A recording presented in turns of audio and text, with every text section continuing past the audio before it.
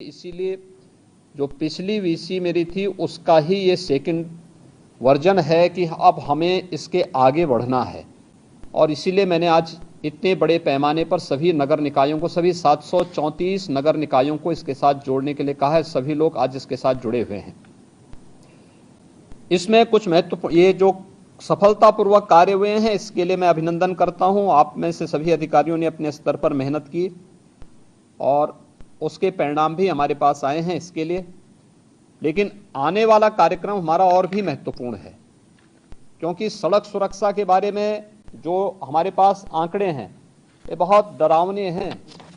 और उत्तर प्रदेश जैसे राज्य के लिए अगर आपको मैं आंकड़े बताऊं कि 2021 में 37,729 दुर्घटनाएं हुई हैं, जिनमें 21,227 लोगों की मौत हुई है और 24,897 लोग घायल हुए हैं।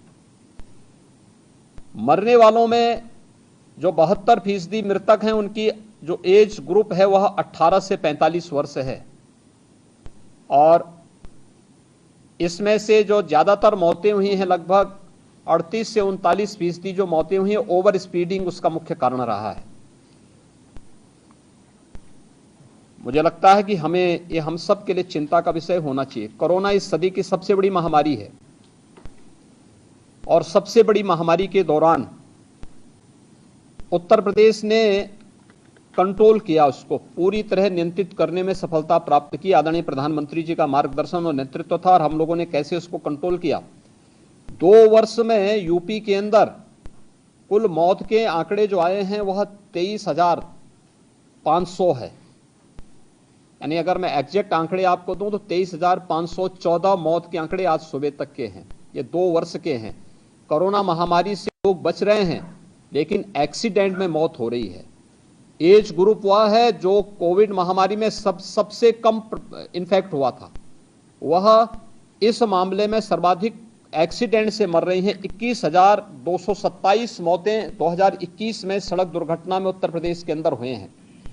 इसका कारण ओवर स्पीडिंग भी है और इसके साथ ही ब्लैक स्पॉट भी इसके मुख्य कारण है। डग्गा मार जो बसेज हैं वह भी उसके कारण हैं। सड़क के किनारे बेतरतीब चल रहे टैक्सी स्टैंड, बस स्टैंड और जो वहां पर लोगों ने तमाम प्रकार के अवैध पार्किंग स्थल बना दिए गए हैं, यह भी है। और शहरी क्षेत्रों में या नगरीय क्षेत्रों में या सड़क के किनारे जो बस्तियां हैं वहां पर अतिक्रमण भी इसका कारण है। इसलिए संयुक्त रूप से इस पूरे कार्यक्रम को केवल परिवहन विभाग का कार्यक्रम नहीं है, हमने इसलिए गृह विभाग को इसकी ओवरऑल मॉनिटरिंग करने की जिम्मेदारी दी है। गृह विभाग पीए सिस्टम के साथ साथ ट्रैफिक पुलिस को भी ठीक करेगा। ट्रैफिक पुलिस के साथ ही हमारे यहां अगर कोई अवैध रूप से वाहन सड़क के किनारे खड़ा किया है तो वहां पे क्रेन जाकर के उस वाहन को सीज करने और उसके खिलाफ कार्रवाई करने के लिए भी हम लोग सेकंड उसमें आगे कार्रवाई आगे बढ़ाएंगे। परिवहन विभाग की जिम्मेदारी इसमें बहुत महत्वपूर्ण हो जाती है। आपने भी गाजियाबाद की दुखद घटना देखी होगी, जिसमें स्कूली बस से एक बच्चे का सिर बाहर होने के बाद 11 वर्ष के उस बच्चे की दुखद मृत्यु होती है। दुखद मृत्यु के बाद जब बस का फिटनेस के कागज मांगेगा तो उसकी फिटनेस ही नहीं थी। ये परिवहन विभाग की पहले प्राथमिक जिम्मेदारी थी कि हर एक बसेज का स्कूल कॉलेजेस खुलने के पहले हम सुनिश्चित करें कि उनके पास अपने वाहनों की फिटनेस सुनिश्चित हो। लापरवाही हुई, उसमें जवाबदेही भी तय की गई।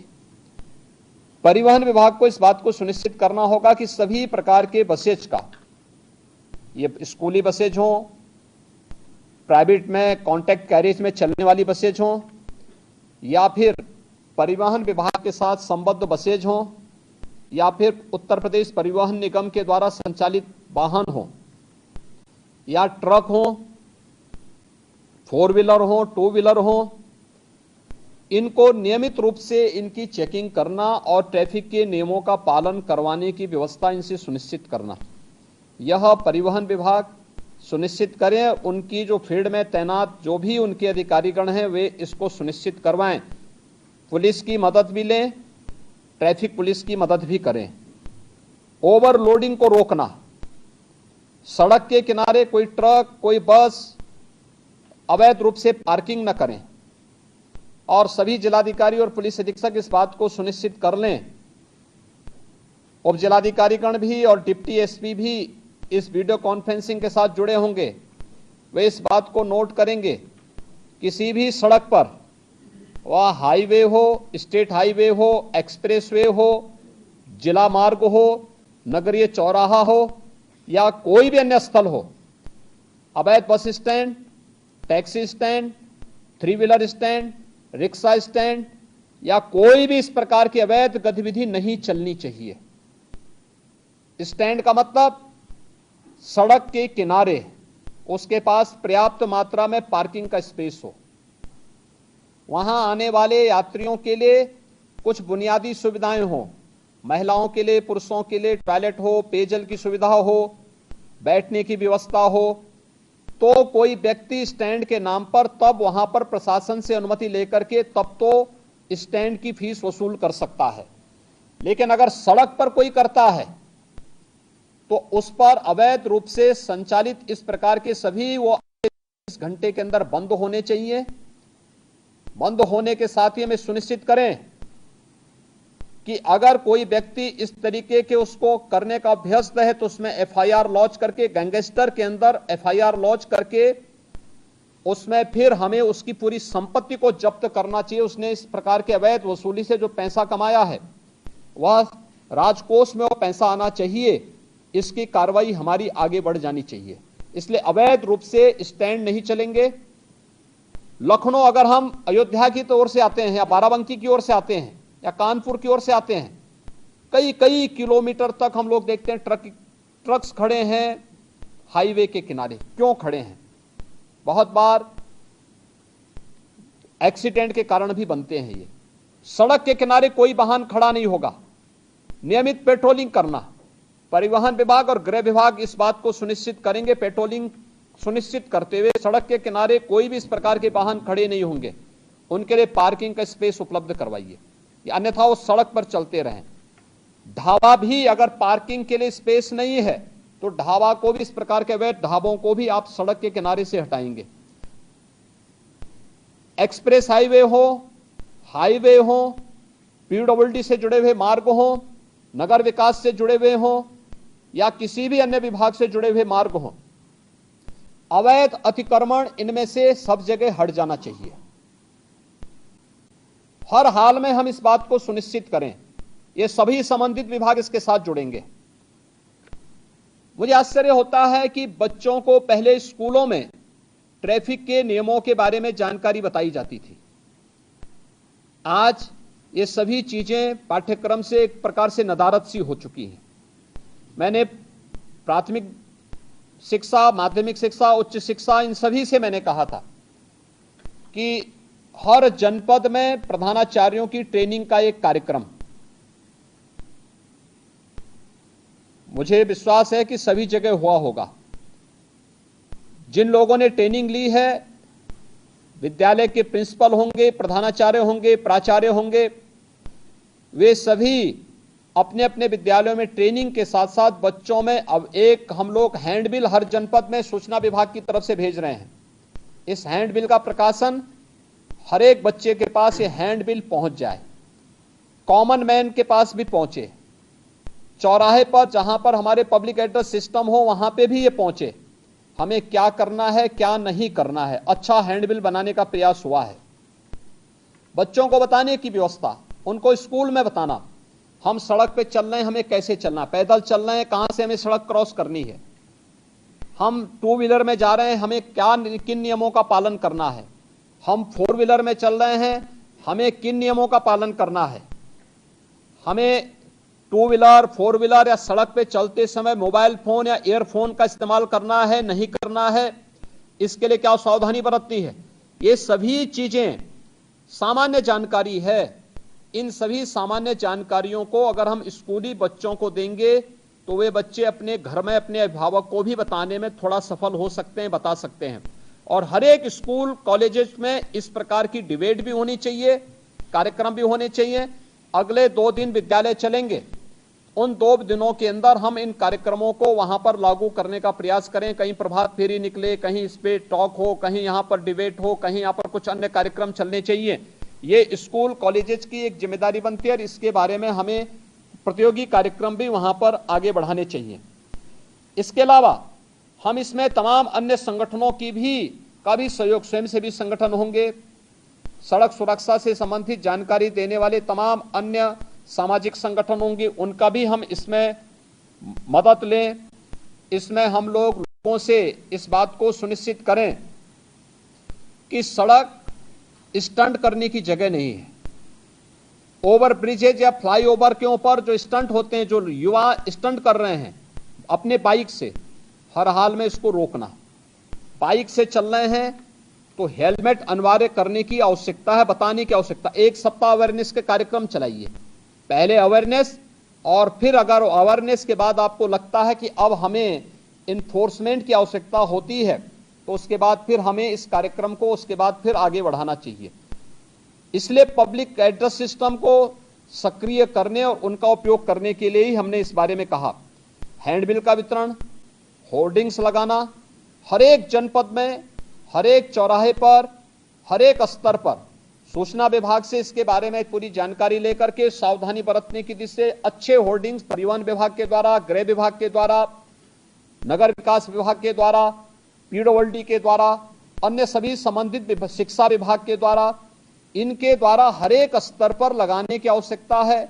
इसके पोस्टर बनाए जा सकते हैं, एलईडी में, एफएम रेडियो पर, लोकल स्तर पर इसके हम तमाम कार्यक्रम इसके आगे बढ़ा सकते हैं। ये चीजें हम सुनिश्चित करें। परिवहन विभाग इस बात को सुनिश्चित करे कि जो वह ड्राइविंग लाइसेंस देते हैं हम ऑनलाइन तो दें, लेकिन इस बात को सुनिश्चित करें कि ट्रैक पर भी हम उनकी एक बार देखें कि वह इस योग्य है कि नहीं है कि हम उसे ड्राइविंग लाइसेंस दे सकें। अन्यथा खैरात के भाव बांटने की वो बंद करिए और आरटीओ के कार्यालय दलालों से मुक्त हो। किसी भी प्रकार की दलाली की गतिविधि वहां न चले, इस बात को भी हर एक जनपद में जिलाधिकारी और पुलिस अधीक्षक की टीम सुनिश्चित करें। ओवरलोडिंग को रोकने की कार्रवाई, जहां से ओवरलोडिंग हो रही है उसी केंद्र पर रोकना। ऐसा नहीं कि आप सड़क पे लेके आ रहे हैं और सड़क पर लेकर आने के बाद फिर सड़क पर अवैध रूप से जाम लग रहा है, लंबा जाम में लोगों को फंसना पड़ रहा है। जहां से हो रहा है वहां से आप बोलिए कि 5 टन की क्षमता है तो उसमें 15 टन नहीं जाएगा या 10 टन नहीं जाएगा। जितनी क्षमता होगी उसी हिसाब से आप उसको रिलैक्सेशन दे सकते हैं, लेकिन उससे ज्यादा नहीं। सड़कें खराब होती हैं और फिर उसके बाद जहां मर्जी आती वहां वो अपना ट्रक और अपना वाहन खड़ा करके शेष अन्य लोगों के भी आना जाने को पूरी तरह बाधित करते हैं। अच्छा होगा जिस दिन स्कूल कॉलेजेस बंद होंगे उस दिन हम अभिभावकों के साथ भी इस प्रकार की चर्चा करें, सड़क सुरक्षा पे चर्चा करें कि आप अपने पाल्य को लेके स्कूल आ रहे हैं तो कम से कम हेलमेट पहन करके आए। बाइक से आ रहे हैं हेलमेट पहन के आए, 4 व्हीलर से आ रहे हैं तो सीट बेल्ट को लगा करके आए। बच्चे को सड़क सुरक्षा के बारे में, कहां से सड़क क्रॉस करनी है इसके बारे में जानकारी दें। ऐसा नहीं कि कहीं भी वो क्रॉस कर रहा है और बिना देखे चल रहा है, चपेटे में आएगा तो उसके बाद फिर बोलने की आवश्यकता नहीं। इन चीजों को हम उसके बारे में देखें। सड़क सुधार से संबंधित जो अन्य मामले हैं जिसमें लोक पीडब्ल्यूडी का है, एनएच का है, एनएचईआई है, यूपीडा है, ईडा है, इसमें ब्लैक स्पॉट को सुधारने की कार्रवाई। ब्लैक स्पॉट के बारे में हम लगातार कहते रहे हैं। साइनेजेज कहां पे हमें लगाने हैं? पहले सड़कों पर वाहन कम थे, हर एक जगह लगाया जाता था। आगे अंधा मोड़ है, आगे पुल है, आगे स्कूल है, आगे हॉस्पिटल है, आज ये सभी साइनेजेस हट चुके हैं। इसको फिर सभी संबंधित विभाग अपने अपने उसमें सुनिश्चित करें। आगे बाजार है, ये सभी चीजें लगनी चाहिए। स्पीड कितनी होनी चाहिए, स्पीड लिमिट भी उसमें लिखें। हमें तय करना होगा कि कोई भी ओवर स्पीडिंग ना हो, इसके कारण किसी की गति सीमा के बारे में हम सुनिश्चित करें। अवैध ढाबों के बारे में हम सुनिश्चित कर लें और इसके अलावा हमें इन चीजों के बारे में भी तय करना होगा कि टोल प्लाजा में ओवर स्पीडिंग और ओवरलोडिंग के बारे में हमें इन चीजों को वहां पे सुनिश्चित करना होगा। ब्रेथ एनालाइजर को भी उपयोग करके चालकों के परीक्षण की कार्रवाई को करना। खनन विभाग के साथ मिलकर के हमें जनपद के अंदर इल्लीगल माइनिंग को रोकना और इल्लीगल माइनिंग के साथ साथ ओवरलोडिंग को भी उसके साथ रोकना है। जिलाधिकारी, पुलिस अधीक्षक माइनिंग विभाग के साथ मिलकर के इसको सुनिश्चित करेंगे हर जनपद में कि इल्लीगल माइनिंग भी नहीं होनी है और ओवरलोडिंग भी रोकना है। पहले अवेयरनेस के कार्यक्रम करें और वहां पे उसके पहले जहां से शुरू हो रहा वहीं से आप इस कार्यक्रम को शुरू कर देंगे। सड़कें अपने आप साफ सुथरी दिखाई देंगी। इसके अलावा स्वास्थ्य विभाग की भी इसमें बड़ी भूमिका होनी है। स्वास्थ्य विभाग एम्बुलेंस की सेवा, जैसे एक्सप्रेस हाईवे पर यमुना एक्सप्रेस वे है, Agra Lucknow expressway, Purvanchal expressway, इन सभी पर अतिरिक्त एम्बुलेंस इन विभागों ने भी दी है और स्वास्थ्य विभाग भी इसके साथ सुनिश्चित करें, जिससे रिस्पांस टाइम को कम करना। गोल्डन आवर के अंदर ही व्यक्ति को अगर दुर्भाग्य से कहीं कोई एक्सीडेंट हो गया है, उसे हम ट्रॉमा सेंटर या किसी उच्च हायर सेंटर में पहुंचा करके उसके जीवन को बचाने की कार्रवाई वहां पे सुनिश्चित कर सकें। ट्रेन्ड मैन पावर, हेल्थ विभाग को मैंने कहा था, इन सभी एक्सप्रेस हाईवे से जुड़े हुए विभागों को भी मैंने कहा था कि वे इस चीज को सुनिश्चित करें। एनएचएआई भी इसके साथ जुड़े, कैसे इस कार्यक्रम को हम आगे बढ़ा सकते हैं, इन चीजों को सुनिश्चित करें। अवैध पार्किंग के बारे में हमें इस पर अवश्य विचार करना होगा। अब हम लोग आते हैं खासतौर पर 734 जो नगर निकाय हैं। देखिए, नगर निकायों पर शासन पैसा देता है। नगर निकायों को कैसे आप आत्मनिर्भर बना सकते हैं, इसके बारे में नगर विकास विभाग ने कुछ कार्रवाई प्रारंभ की है। सभी ईओ और प्रत्येक नगर पंचायत, नगर पालिका और नगर निगम के साथ जिला प्रशासन कोई नोडल अधिकारी दे करके सुनिश्चित करें कि शासन के द्वारा जो आदेश दिए गए हैं उसका पालन सुनिश्चित करवाना, उसकी इनकम को बढ़ाने की कार्रवाई करना, उन्हें आत्मनिर्भरता की ओर ले जाना। हर एक नगर निकाय आत्मनिर्भर हो सकता है, प्रयास हो। वर्षों से जमे हुए बाबुओं को थोड़ा इधर उधर भी हटाइए, जंग लग चुकी है उन पे और जंग अपने आप हटेगी, इसलिए उसको आप ठीक कर देंगे तो उसको स्थानीय स्तर पर इस कार्रवाई को करना। अवैध स्टैंड जितने भी होंगे इसको हटाने की कार्रवाई एक अगले 24 घंटे के अंदर अवैध स्टैंड तो हम हर हाल में हटा दें। कहीं भी अवैध स्टैंड नहीं चलने चाहिए, कहीं भी, हाईवे पर, एक्सप्रेसवे पर, स्टेट हाईवे पर, नगर निकाय के अंदर कहीं भी नहीं चलने चाहिए। किसी जिला मार्ग पर कहीं भी ना चले, इस बात को हम सुनिश्चित करें और जहां चलने हैं उसके स्पेस उपलब्ध कराइए। आपके द्वारा उसको नोटिफाई किया जाए, बाकायदा उसको ऑप्शन निकाले जाएं और फिर वहां पे अच्छे लोगों को, माफिया प्रवृत्ति के किसी भी व्यक्ति को किसी भी ठेका पट्टे के साथ मत जुड़ने दीजिए। एक भी माफिया जुड़ेगा उसका पूरा गैंग फिर वहां पर अनैतिक और अवैध गतिविधियों का अड्डा बना देगा। हर एक माफिया की कमर तोड़ डालिए, कोई भी अवैध और अनैतिक गतिविधि उसको मत संचालित करने दीजिए।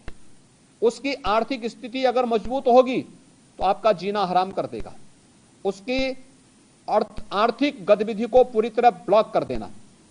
और ये जितने भी अवैध स्टैंड चल रहे हैं, डग्गा मार बसें चल रही हैं, ओवर लोडिंग के कार्य चला, इसमें माफिया ग्रुप अभी भी हावी है। इसको रोकना, हर एक हाल में रोकना। मंत्री समूह जून प्रथम सप्ताह में हर जनपद में जाएगा। फिर से मैं भी हर जनपद में जाऊंगा, मेरे पास भी अनेक हर जनपद की रिपोर्ट प्रतिदिन आती है। उस समय मेरे पास किसी भी जनपद से कोई नकारात्मक रिपोर्ट नहीं दिखनी चाहिए और इस बात को सुनिश्चित करना है। दूसरा, नगरीय क्षेत्रों में निराश्रित गोवंश या आवारा कुत्तों को संरक्षित करके सड़क से बाहर करना, ये नगर निकाय की प्राथमिक जिम्मेदारियों में आती है। नगर निकायों ने अपनी जिम्मेदारी नहीं समझी है और इसको समझना होगा। सड़कों पर गोवंश न रहे, इसके लिए कान्हा ओपन की व्यवस्था करना हो, पीपीपी मोड पर कोई कार्यक्रम चलाना हो, जितने भी आवारा कुत्ते हैं सड़कों पर घूमते हैं अन्य उसके बारे में व्यवस्था देना। हम ये भी सुनिश्चित करें कि तमाम लोग घर में भी अपना पालतू कुत्ता रखते हैं, हम सुनिश्चित करें कि वे साफ सफाई की व्यवस्था करके रखें और उन्हें सड़कों पर टहलाने के लिए ले जाकर के सड़कों पर गंदगी न पैदा करवाएं और आवश्यकता पड़ती तो उनका रजिस्ट्रेशन सुनिश्चित कराएं। उन पर निश्चित एक समय सीमा के अंदर उन्हें वैक्सीनेट किया है कि नहीं किया, यह भी सुनिश्चित करवाना। ये सभी चीजें हमें इसके साथ जोड़नी पड़ेगी। नगरीय क्षेत्रों में स्ट्रीट लाइट की व्यवस्था ठीक करना, समय पे स्ट्रीट लाइट जुड़े, ऑटो मोड पर रहे, सुबह होते ही अपने आप बंद हो, एक ऑटो मोड पर उसको चलाएं और साफ सफाई की व्यवस्था सुनिश्चित करना। नगरीय क्षेत्रों में यह साफ सफाई दिखनी चाहिए, पॉलीथीन फ्री होना चाहिए, कोई पॉलीथीन का उपयोग न हो। आधी समस्या मुझे याद है जब प्लास्टिक लोग उपयोग करते थे, किसी भी नगर में हम सफाई कितनी भी कर लें, हवा का एक झोंका आता था, उतना ही कचरा फिर से दिखाई देने लगता था। प्लास्टिक फ्री होने के बाद सड़कें अब साफ सफाई दिखने लग गई हैं, लेकिन जहां पे प्लास्टिक को अभी भी बैन नहीं किया गया है वहीं पर यह समस्या आती है, कचरे की समस्या वहीं आती है, गंदगी की समस्या वहीं आती है। प्लास्टिक हर हाल में बैन किया गया है, उसको कतई आप लोग अलाउ मत होने दीजिए। हर नगर निकाय वहां का जिस उप जिलाधिकारी के अधीन आ रहा है वो उप जिलाधिकारी, वहां के डिप्टी एसपी, जिलाधिकारी और पुलिस अधीक्षक इस बात को सुनिश्चित करेंगे कि इसको हम लोग किसी भी स्थिति में वहां पे नहीं चलने देंगे और उसको वहां से हटाएं और साफ सफाई की व्यवस्था सुनिश्चित करें। आईटीएमएस 17 के 17 नगर निकाय जो नगर निगम हमारे हैं, इसमें आईटीएमएस 10 में स्मार्ट सिटी मिशन के अंतर्गत है तो बन चुका है या बन रहा है, से 7 में राज्य सरकार राज्य शासन की ओर से नगर विकास की ओर से आईटीएमएस बनना है। आईटीएमएस को सेफ सिटी के साथ जोड़ना, गृह विभाग के साथ जोड़ना और सभी नगर 17 के 17 नगर निगमों के साथ साथ नोएडा, ग्रेटर नोएडा में भी हम इसको सुनिश्चित करवा लें कि इसको हम सेफ सिटी के साथ जोड़ेंगे और सेफ सिटी मिशन के अंतर्गत हम इस कार्यक्रम को आगे बढ़ाएंगे। हम जो सिटी के अंदर होर्डिंग लगाते हैं, बेतरतीब होर्डिंग बंद करवाइए। देखिए, स्मार्ट सिटी मिशन की एक शर्त है ये कि बेतरतीब होर्डिंग हटनी चाहिए और हमें हर हाल में इसको सुनिश्चित करना होगा। हर एक नगर निकाय के अंदर हम इसको सिस्टम के साथ जोड़ें। हम वहां पर इस बात को सुनिश्चित करें कि कहां पे हमारी होर्डिंग लगनी है, कहां पे हम लोग उसको स्क्रीन के साथ जोड़ सकते हैं, कहां पर हम उसको अन्य उसके साथ जोड़ सकते हैं, जिससे नगर के अंदर घुसते ही अच्छा दिखाई दे। कोई भी नगर निकाय ऐसा होना चाहिए जो आपका वहां की स्वच्छता ही वहां का पहला प्रतीक बन जाए। नगर निकाय के कार्यालय, वहां का भवन उस पूरे नगर निकाय के बारे में एक जानकारी दे सके, इसलिए उस पर ध्यान देना। उन वहां को जोड़ने वाली सड़कों को ठीक रखना, उसके सुंदरीकरण की प्लानिंग करना, उसको बेहतर तरीके से आगे बढ़ाना, जेब्रा क्रॉसिंग के निर्माण की कार्रवाई को सुनिश्चित करना। पूरे स्टेट के अंदर हम इस सुनिश्चित करें और खासतौर पर नगर निकाय के अंदर उससे जुड़े हुए अन्य मार्गों पर भी कि जो हमारे स्पीड ब्रेकर बनते हैं सड़कों पर, ये कमर तोड़ू न बनाए, ये टेबल टॉप स्पीड ब्रेकर बने। अगर कोई बीमार व्यक्ति है उसको भी परेशानी नहीं होगी, लेकिन साथ साथ हम अगर मार्किंग करते हैं वहां पर तो स्पीड अपने आप लिमिट हो जाती है। लेकिन जब वह कमर तोड़ू बनाते हैं तो कोई बीमार व्यक्ति जा रहा है उसके लिए बड़ा, या कोई बच्चा है, कोई गर्भवती महिला है, उसके लिए खतरनाक हो सकता है। इसलिए हमें पीडब्ल्यूडी को भी, नगर विकास को भी और अन्य सभी संबंधित विभागों को यह सुनिश्चित करना होगा कि कहीं भी हमें ये कमर तोड़ू स्पीड ब्रेकर नहीं दिखने चाहिए। इनको हटा दीजिए, जितनी जल्दी हटाइए उसको। हटा करके वहां पर हम, क्योंकि जब आप इस प्रकार की स्पीड ब्रेकर देते हैं तो उस स्पीड ब्रेकर से बचने के लिए लोग